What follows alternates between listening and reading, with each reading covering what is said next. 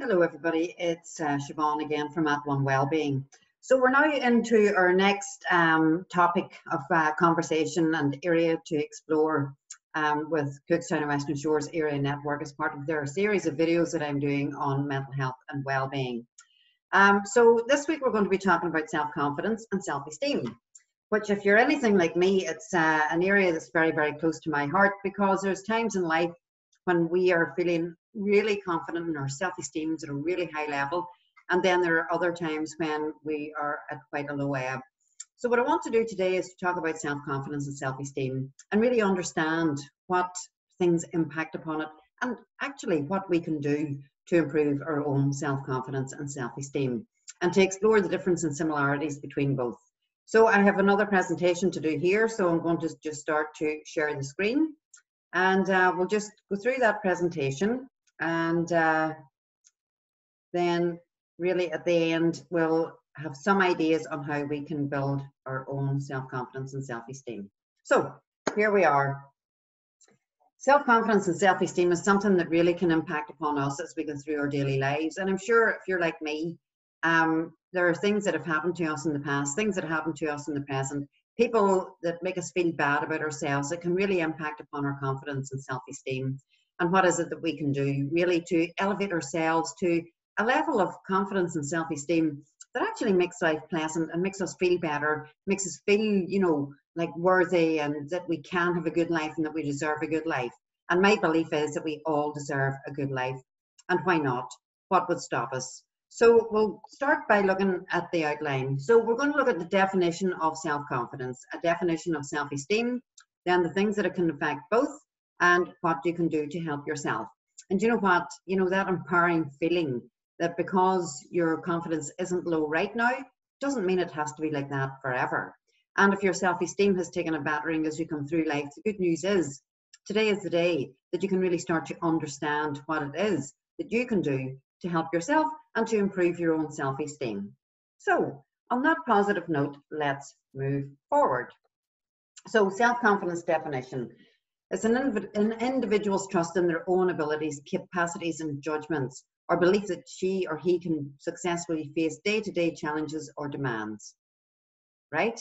That's your trust in yourself, your trust in your own abilities, your own capabilities, your own judgments and beliefs that you can do anything, that you can face anything that's happening to you in your life. And you know what? Sometimes we just don't feel like that. We have no confidence in our own abilities. We think we can't do things. We think we shouldn't even try to do things. We don't have the capacity. We make negative judgments about ourselves. We don't have self-belief. You know, we think we can't do.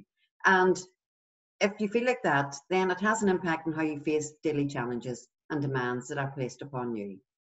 So that's self-confidence. Then self-esteem. I always say self-confidence is nearly like that outward projection of yourself, whereas self-esteem is that thing that you feel about yourself, how you feel about yourself, how you speak to yourself. And it can sometimes nearly feel like a clutching in your chest when your self-esteem is so low that you're nearly afraid to step out and afraid to step forward. And it reflects how you think about yourself, particularly how worthy you feel and your self-worth. In other words, it reflects how you judge yourself. And I know, as well as a head in my body, as I sit here today, giving this presentation, delivering this webinar, that how you judge yourself can be much more harsh than how others judge you. And in fact, you know, how you feel about yourself, how you believe about yourself can be more limiting, should I say, more limiting than how others feel about you. And so our self-esteem is that inward feeling that can impact upon how we feel about ourselves and how we take ourselves through life. So there's a difference, I think, and this is my belief, when I think about myself as an individual and a human being. My self-confidence, I can go out and I can like paint the face on, and I can dress up, and I can stand up straight, and I can project my voice, and I can speak loudly and clearly and slowly, so I appear extremely self-confident. Whereas inside I can be shivering like a wreck, going, oh my God, what am I doing? What am I doing? I shouldn't even be here. I'm not worthy to be here. And I'm judging myself harshly. And the two things can coexist, or indeed, you can have huge amounts of self-confidence and very low self-esteem, and the other way around as well. So what we're going to do today is talk about some of the things that can affect our self-confidence to help us understand really what it is, that then if we understand it, we can change it. And you know what, making change is in your feelings about yourself, and how you talk to yourself is a very, very, very powerful tool in building your self-confidence and self-esteem. All right, getting it so far? Great, let's move on. So there is a difference. As I say, the difference between self-esteem is your analysis of yourself and your worth, right? It's internal in nature, and no one comes to know about it. So if I have low self-esteem, I can dander about, and not one person would ever know that my self-esteem is on the floor. And, you know, that's a very, very personal thing. And when I talk about self-esteem, and when I'm out doing presentations and self-esteem is raised, everybody's self-esteem is so personal and so private to them. And it's something that they don't really feel comfortable talking about, because it's how you are looking at your worthiness and your worth, and you're making judgments and harsh judgments about yourself. And it's so hidden that in actual fact you can be, you know, out in a crowd and people wouldn't even know that your self-esteem is not that great. Self-confidence is what the world sees of you. So you're walking down the street, or you're, you know, at a meeting, or you're in your family circle, and, you know, everybody's having conversations, and you come across as this confident person, and your mannerisms, and your, you know, like how you sit forward and how you use your voice, and as I said, about your posture and how you walk and how you present yourself. And people can see that.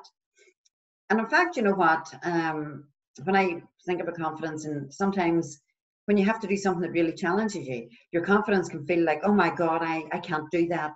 But you can still walk up and walk out and appear confident, right? So that's the difference, the internal and external side of this. Your self-esteem is buried deep inside, whereas your self-confidence is that thing that people can see about you.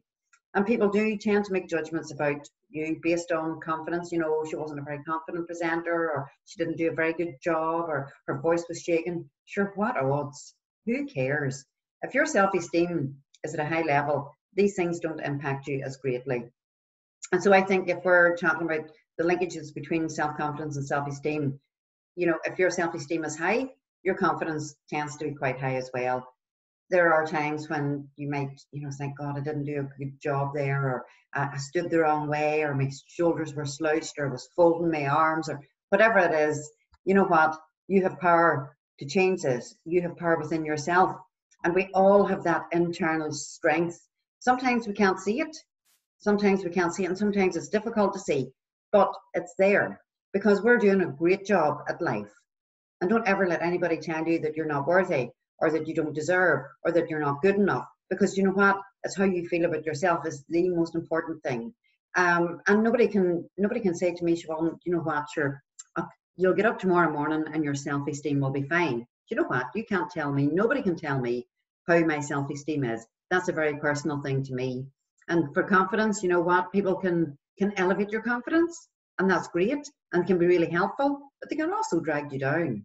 So that's the difference between self-confidence and self-esteem. And although in conversations today, the two things become very, very intertwined, but I thought it was interesting and important for us to understand what the difference is, because it means that there are two different approaches to how we manage to build our self-confidence and self-esteem.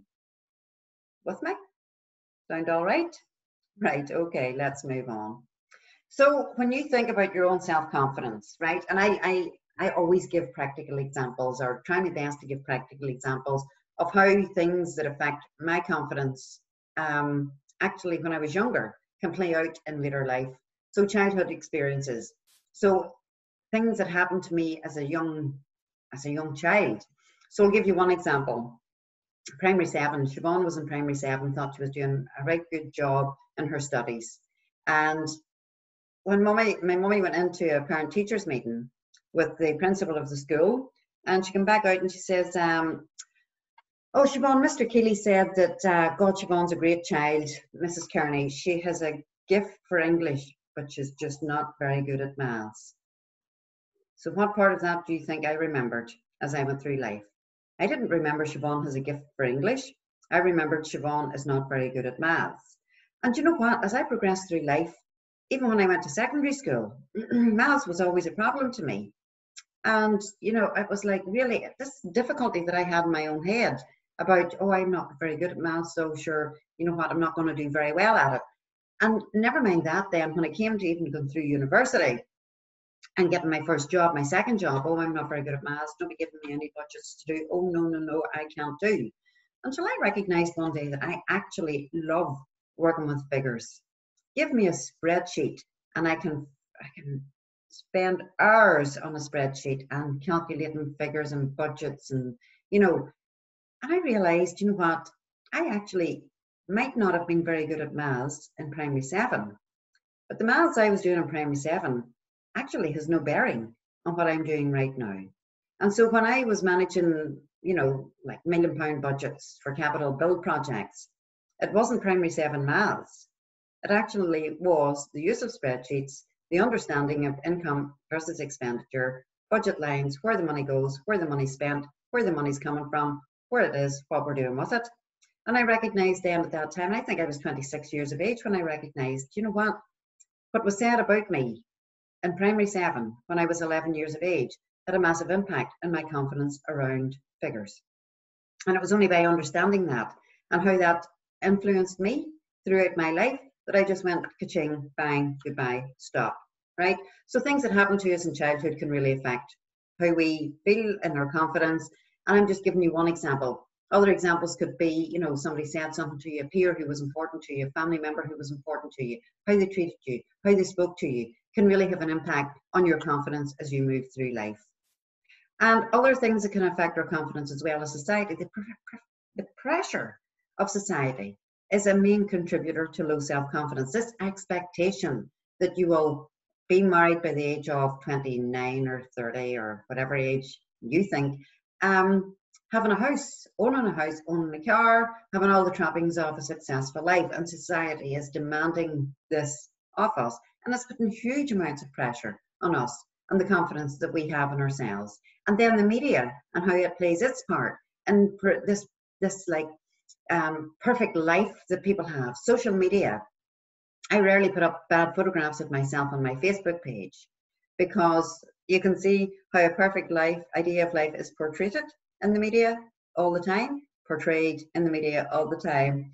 And so, you know, you see all these like beautiful adverts, even drinking coffee is a beautiful thing.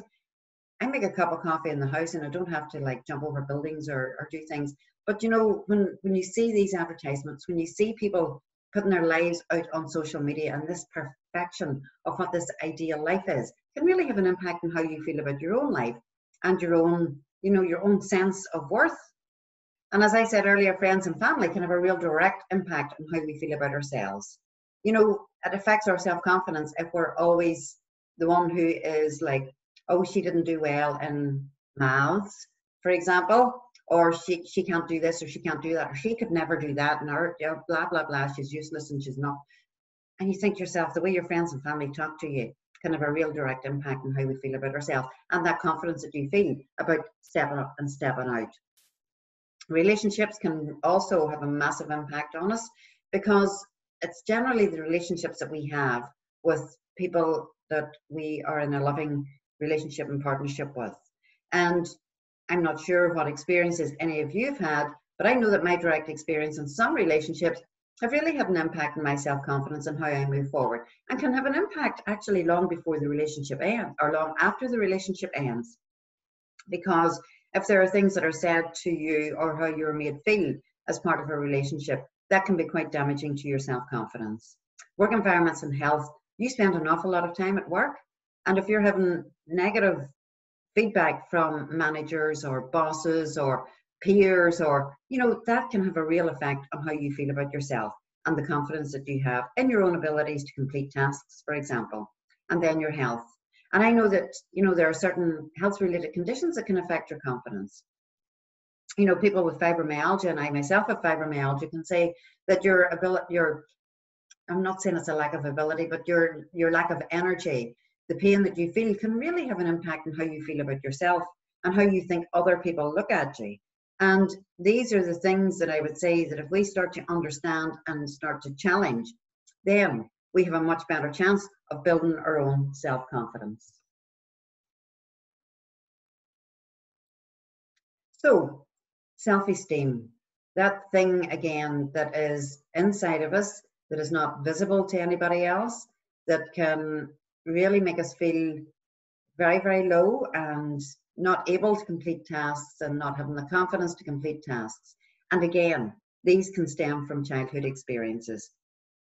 So I'll give you an example of something that could have affected my self-esteem, but actually didn't, because for some reason I turned it on its head when I was very, very young. I lived in a farm when I was young, and I used to absolutely love going out with Daddy to feed the pigs, right? So I would have walked behind Daddy with a wee sandcastle bucket, and he would have the big black bucket for the pig's meal, and I would have had a wee bit in mine, and he would have had the big bucket, and I would have been carrying it around. And my father used to call me after the names of the sows that he bought. So there was Orange Lily, and there was Yellow Bill, and all of this. And the next thing, my brothers and sisters started to call me Pig, Piglet, Oink Oink, Grunt, Pigolina McSow, Wee Fat Pig. And you know what? Much as it could have affected my self-esteem and how I felt about myself, simply because I love pigs so much, I actually thought, yeah, nothing wrong with that. I like pigs. And in fact, I like pigs so much that my house is absolutely full of all sorts of pigs. So you think about the things that happened to you in childhood. You think about the things that had a positive impact, but you also consider the things that actually made you feel less than worthy, that actually made you feel bad about yourself, that actually changed your conversation with yourself. Things that parents perhaps said to you when you were young. Maybe things that teachers said to you when you were young. Maybe how you were treated by friends and other family members when you were young. These childhood experiences can leave us feeling that we're not as worthy as we could be, and leaves us with feelings of low self-esteem. Feelings of failure as well can really affect your feelings about yourself and your self-worth. Because if you think that your life is an unending pattern of failure, what does that mean to you as a human being? What does that do to your self-esteem? The negative self-talk and the negative thoughts. And in our previous webinar, we talked about negative automatic thinking styles and how that affects your behaviors, your feelings, and your emotions, and how it affects how you speak to yourself. And if you're speaking to yourself unkindly, and if you're thinking negatively about yourself all the time, well, of course, that's going to have an absolute and direct impact on your self-esteem. And if you're blaming yourself for things, and if you're criticizing yourself all of the time, then your self-esteem is taking a hammering every single day. If you have no belief in yourself, if you won't even try things because you believe you will not succeed, you believe that you're going to fail, you believe that you're not good enough, you believe that you're not worthy, that lack of self-belief is one of the things that can have a direct and lasting impact on your self-esteem. And it's only when we begin to challenge these things, you know, how we perceive ourselves, how we think other people see us, and how much we care about how other people see us, until we begin to effectively challenge these things and really understand the impact that they have on our self-esteem, we're not going to be able to make any changes at all. So self-confidence and self-esteem, very close friends, very close relatives, and you can see that, you know, how our life has been, how we talk to ourselves, how we behave, how we feel, how we perceive ourselves, how past experiences have a direct impact on our confidence and self-esteem. When we start to understand how this can really make life feel not as good as it could do, then the motivation is for us to understand and for us to start to make changes. How does that feel for everybody? All right. God, I wish you were here to give me a bit of banter and point out the spelling mistake that I made earlier on. I hope you didn't notice. So we'll move on to building self-confidence, right? So building self-confidence is possible. I've done it myself, believe it or believe it not, because when I was a child, I had very, very low levels of self-confidence. And, you know, I was nearly afraid to like speak up in class, or even at university, I was hiding behind like other people. And, you know, I didn't have the confidence to step up and step out. When I got my first job, I began to think, well, do you know what, Siobhan, if you continue to let your self-confidence really drag you back and stop you, well, do you know what, let it happen. Let it happen. And what way do you think your life is going to be? So I took personal responsibility to build my own self-confidence. So, you know, when you think about step by step by step, and I always do step by step by step, because sometimes when you think about building self-confidence, and if your self-confidence isn't great, it can be very, very overwhelming. So number one, identify the problem. Figure out what it is that makes you feel bad, what it is that makes you feel embarrassed, situations where you feel like lack of confidence, write it down, and then write things that when you are feeling the best that you can possibly feel. Do you know what? Write it down. Remember what it feels like to feel amazing. Remember what it feels like to feel at your best. And you know what? You can write it out on a piece of paper, take some responsibility for it, and talk to somebody about it. Because talking about your self-confidence and, you know, is much easier, I think, than talking about your self-esteem. So once you have identified the problem, so say, for example, my problem is that I get really easily embarrassed in new situations, meeting new people, right? So I don't like walking into a room full of people that I don't know. So I have identified what the problem is. I feel embarrassed, right? Okay, I feel embarrassed. You don't know where to start, and you're looking around, you're hoping to see somebody that has a friendly face or somebody that you know. And you think, right, okay, that's my problem. I do not like walking into a room full of people. I have done it in the past when it's a room full of people that I know, and that feels amazing. You know, you're meeting like friends or colleagues that you really like and you really gel with. I understand how I feel when I walk into a room like that, but I also understand that embarrassment. So possible solutions, solution focused all the time, because you know what? We all have it within ourselves to help ourselves, and always think of the positive solutions.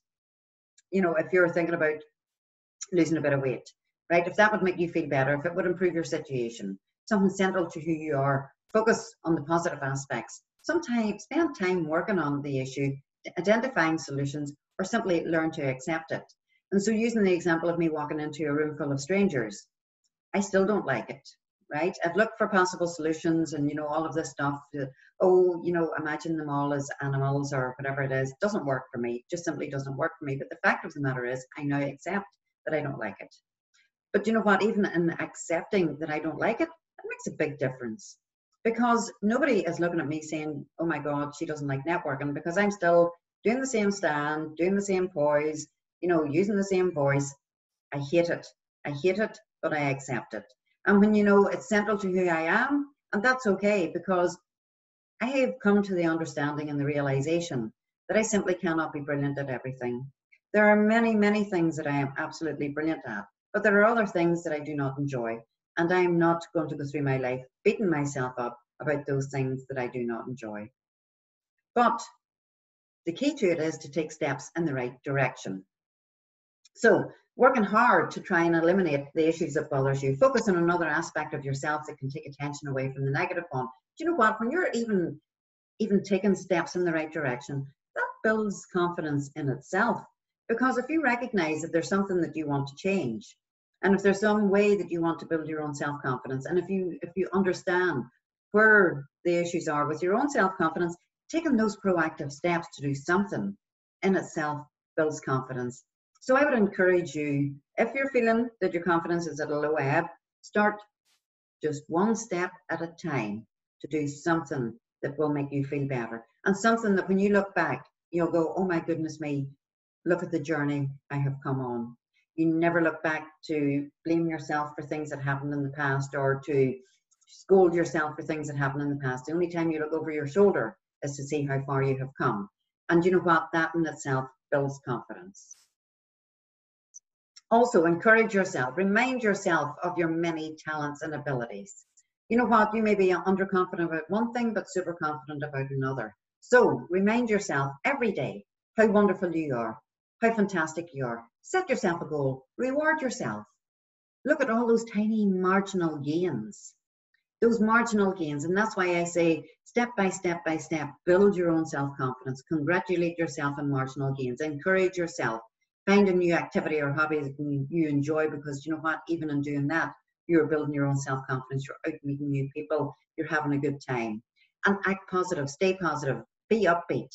Because, you know, the way we talk to ourselves and the way we behave with ourselves and the way we feel about ourselves, stay positive. Because even when you're not, it may eventually catch on. And I'm not one that says, you know, fake it till you make it, because sometimes that nearly, you know, diminishes how important this is. But if you stay positive and upbeat and speak to yourself in positive words and positive language and positive tones, that has an impact. I can tell you, because I do it to myself or for myself, that has an impact. The self-pity, oh poor me, and the negative people Those people who suck all the good energy out of a room, they drain all of the good energy out of you. So what do you want to be spending time with a lot of negative people for? Because that does nothing to build your self-confidence, because that brings you down. And when you think of a plan for the future, I think that's a really key point in developing your own self-confidence. Think of and plan for the future. What is it that you want to be doing? And then build in the steps you need to build to make it a reality for you, and learn to accept a compliment.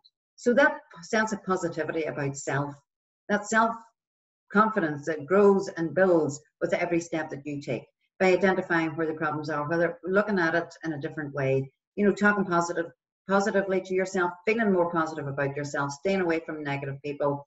Don't let others suck the whole goodness out of you, and really then talk to yourself in more positive terms, and plan for the future and think, well, do you know what? If I have a plan, then I can do. And if I have a plan that I really want to achieve, then I will do. Because you are the master of your own destiny. I cannot wave a magic wand and say, ta-da, there is your self-confidence. It doesn't work like that. I can wave a magic wand here and say, Siobhan, this is your self-confidence. So you own your own magic wand. You are the master of your own destiny. And then when you start to understand that, you start to project your own positive feelings, and you encourage others, and you be helpful to others. Because sometimes we need encouragement. Of course we do. You know, that's why we have peers. That's why we have organizations who are there to support us. That's why we have family members who are there to support us. Because that support and encouragement can really boost your self-confidence. So why wouldn't you then use your skills and your empathy and your sympathy and your personality to support others and project those positive feelings? Because you know what? When you get to that stage when you're smiling a lot, when you're working with other people and you're helping them to recognize the brilliance that they have within themselves, the same way as today, I want you to recognize the brilliance that you have within yourself. Do not hide it. Feel it, sense it, live it. And then you can help other people to really build their own self-confidence. And when I say self-confidence, you know, we can think about people who appear overly confident. You know, the fun guy in the room, the person who's always talking the loudest, the person who's always, you know, presenting themselves and putting themselves out there. And you would say, oh my God, they're full of their own self-confidence. But you know what? There's something in recognizing that confidence is not a bad thing. Maybe the person who is doing the like loud speaking and, you know, like shouting above the rest of us, maybe that person has really low self-esteem, and maybe their confidence isn't that great. So what I would say is just to think about yourself. Think about your own confidence and how you want to build that confidence, and the things you want to do for yourself, the things that you want to say to yourself, the people that you want to surround yourself by, reminding yourself every day of how brilliant you really are and the skills that you have, and talk kindly to yourself. Because, you know, if we're unkind to ourselves, that does nothing for our self-confidence. So then self-esteem for me is a bit different. So I can help you to build self-confidence, and you can help yourself to build self-esteem. So there is 6 pillars, and I've done a lot of research in this, and I mean, when I do research, I look at all of the evidence, all of the things that people are saying, and all of the, you know, advice that's given and how to build self-esteem. You find your own way to build self-esteem. You find your own way to begin to really understand where your self-esteem comes from, where low self-esteem comes from. What happened to you? What experiences have you had in life that is having a direct impact on your self-esteem? Because once you start to understand that, that's the first helpful thing that you can do for yourself in your life if you want to build good self-esteem. And people with good self-esteem do tend to be happier. So why wouldn't we all want to be a bit happier? A lot happier. Happy people? What's wrong with being happy? But if your self-esteem and lack of belief in yourself is holding you back from being this happy version of yourself, well then, you know what, as I said earlier in the presentation, why? Why not today say, I am unshackling myself from my past experiences. I am unshackling myself from the things that people said to me. I'm unshackling myself from how other people made me feel. Because I think it was Eleanor Roosevelt said, nobody can make you feel bad without your permission. So really to understand what it is that you can do for yourself is an empowering tool for you to build good, sturdy and strong self-esteem. So the 6 pillars of self-esteem, as outlined here, is to live consciously. And to live consciously means just being aware of yourself, being aware of what it is in your life that you would like to change, being aware of how you feel, how you behave, how low or high your self-esteem is, and to live consciously within your own life. And to live consciously means you give yourself control over your own life, and that it does not depend on what other people think of you. So that self-awareness of your behavior, of your emotions, of your feelings, and how you talk to yourself. And just being aware as well that if you identify there are certain behaviors or feelings or emotions that you can no longer accept, well then have the courage to start to make those changes. So if your self-esteem is playing out in negativity or unfriendliness or whatever way you treat other people, you know, just be conscious that living consciously and living with awareness of yourself can really have a deep impact on your self-confidence and can really make you think about how can I make changes, either small changes or radical changes that will help me build my own self-esteem. I talked earlier on about acceptance and self-acceptance. There are certain things about myself that I simply accept. I accept them because they are, number one, probably not doing me that much harm, but even accepting the fact that, you know, I let something that was said about me when I was 11 years of age have an impact on me for years and years and years. Yes, I can accept that. And self-acceptance, accepting all the good things about yourself, accepting your flaws, accepting the things that, you know, maybe need a wee bit of change. Self-acceptance is a very, very powerful tool. And I'll give you one example of when I recognized how accepting something is absolutely fundamental to moving on from it. And it was actually my experience of lockdown. My first 3 weeks of lockdown here in my own house where I live on my own, not being able to go out where I normally went out to, not being able to pop up to mummy's house or to my brothers or sisters' houses. I found it really, really, really difficult. And I was walking around this house, not able to focus on anything. The dust was gathering on the hearth and all over the surfaces, and I still wasn't able to do anything about it because I think my whole system, my whole life changed so radically that I froze to the spot. And it was only then when I began to accept the situation. And this is like self-acceptance. When you begin to accept a situation, then you can actually start to move forward. So when you accept yourself and all the beauty you have and all the flaws that you have and all of the things and experiences that you've had, accept it, but do not let it hold you frozen to the spot because it has the power to do so. I know this myself. I wouldn't say it otherwise. And then the self-responsibility aspect of it as well. I said to you earlier, I have no magic wand for you. I am sorry. I cannot go inside and tinker about and fix your self-esteem. You can do that. You can do that.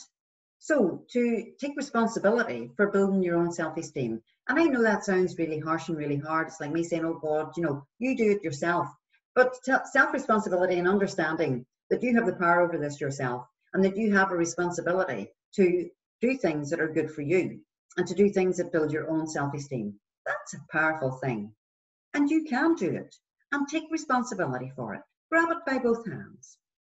Do it because you can. And you know what? It's worth it as well. That self-assertiveness side of things, when I say assertive, some people would say, oh God, she's real cheeky. But self-assertiveness is just feeling that within yourself that you have the ability to express yourself, that you have the ability to say things with strength, that you have the ability to feel good about yourself. And assertiveness sometimes is really difficult to achieve. But when you start to reframe and change how you're talking to yourself and how you want to appear and how assertiveness within yourself doesn't actually have to be that outdoors, that like out there thing. You know, you don't have to be like hands up, oh, I speak now, you know, I am now self-assertive. No, self-assertiveness is a much more deeper feeling that you have and the confidence that you have to build your own self-esteem and how you assert yourself. And then living with purpose. Living with purpose is so important because if we've no purpose, you know, we've no direction, we have no goals, we have no aims. And if you're living a life without purpose, well, then it's just like a fairly straight, boring old line. So living with purpose is living with, you know, this sense of achievement. I want to achieve goals. Set yourself goals. Take actions around those goals. Pat yourself in the back when you actually achieve those goals. Fundamental things, living purposefully, living with purpose. How can you live with purpose? Set yourself a goal. Do things that you want to do. Do things that you enjoy doing. Because if you have no purpose, then life is a fairly dull existence, and it doesn't have to be. And then live with personal integrity.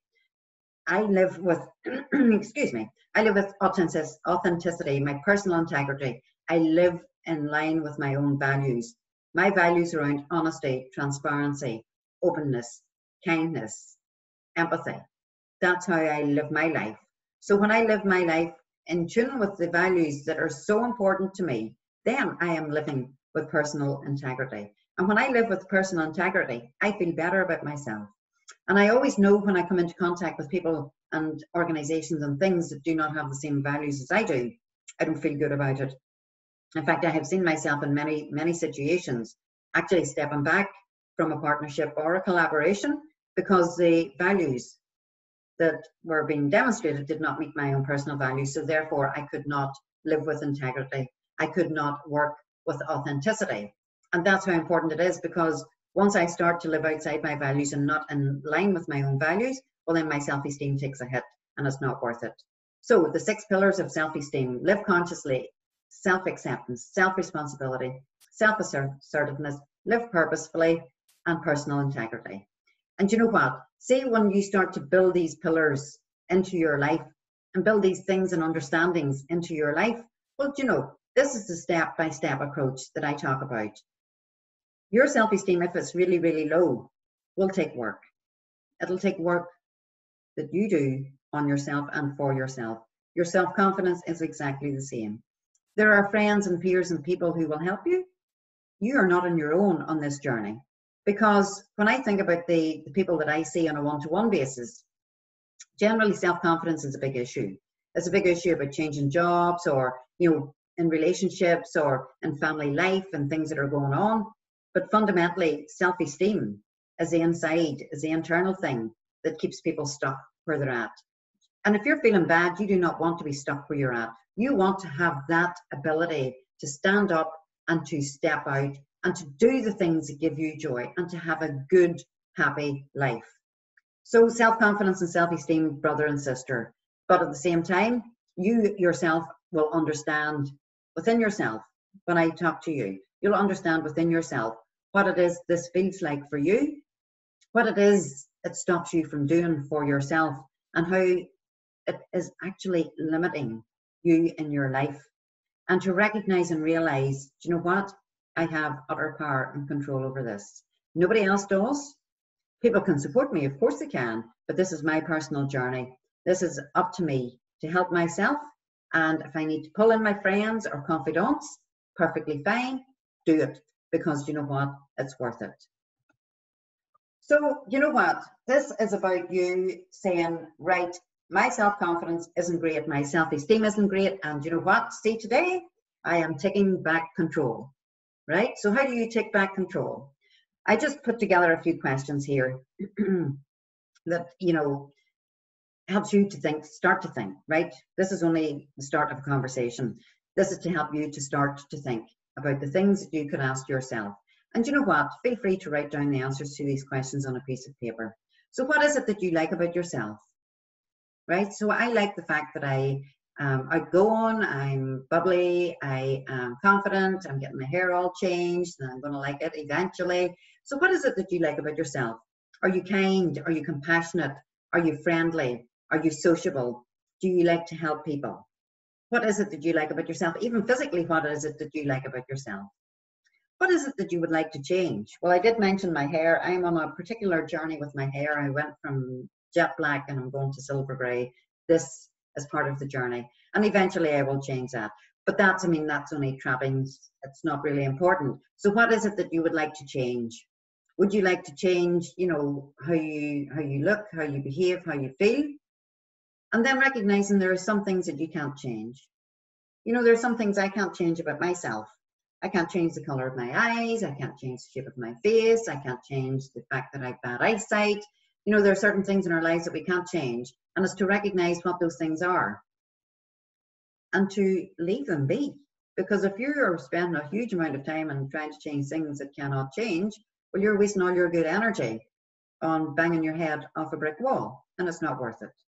But fundamentally, what is it that you can change? I can change my body shape by losing weight. I can change my hair color.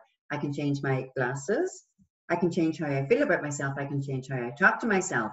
I can change how I talk to other people, how I behave around other people. I can change lots of things. But it's then to pick the things that are really important to you. What is it that you can change? And really look at the things that you're good at. I would say I'm pretty good at, I said earlier, I'm good at a lot of things and not good at some things. Like I was trying to put a helmet on the other night to go out canoeing. I can canoe the very best, but I could not figure out how to tighten the helmet. And I looked at it and I was like, what? And I recognized that, you know what, I don't have hands for this. And I had to give it to somebody else to change the settings on my helmet to tighten it. So yeah, that's okay. There are certain things that we're really good at, and there are certain things that we're not so good at. But you know what? It is to focus on the things that you're really good at and to look at your biggest achievements. What are the biggest achievements that you have in your life? Because you know what? I bet there are lots of achievements. But if your self-confidence and self-esteem is really, really low, you might not even be able to recognize them. And it's only by asking yourself these sorts of questions that you will then begin to think, right, okay, do you know what? My life has not been all a series of disasters all my life or a series of failures all my life. Things have happened that are really, really positive. I've had children. I got married. I passed exams. I went to university. I got a job when I was 16 and I'm brilliant at it.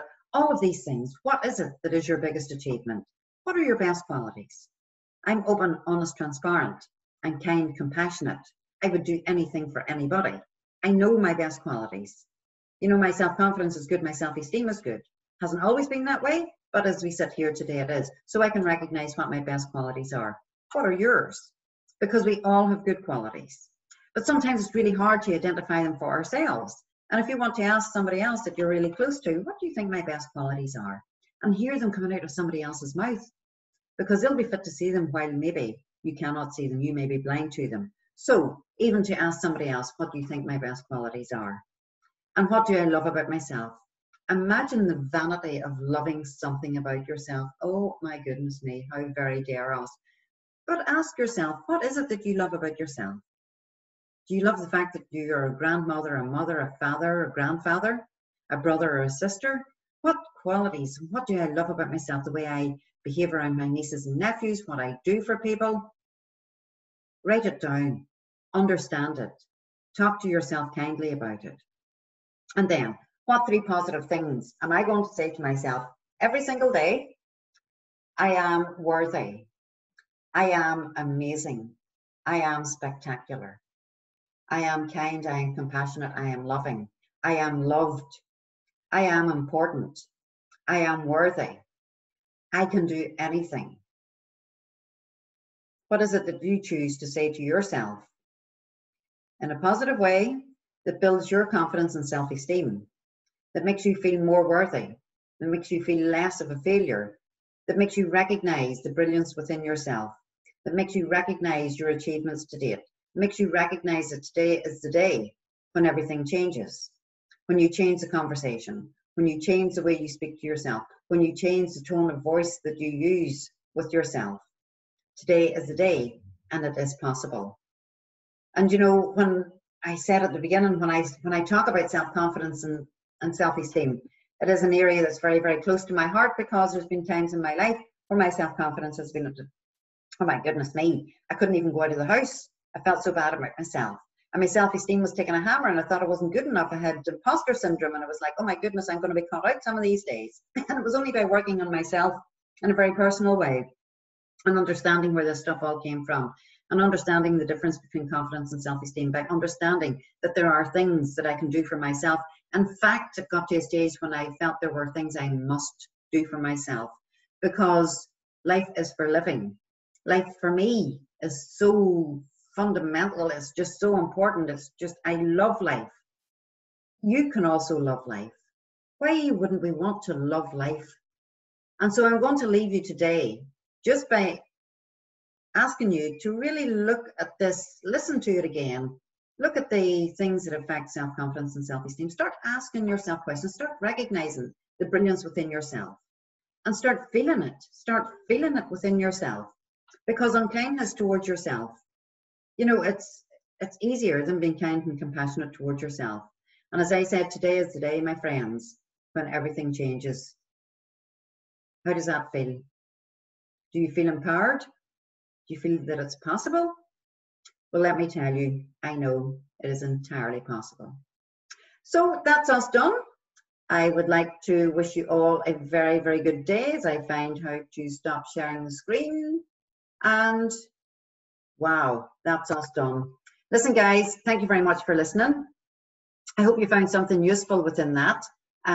If you want to have a chat or anything else with me at any stage, drop me a wee line. Anita will have my contact details. And otherwise, have an absolutely wonderfully fantabulous day. Right? Bye.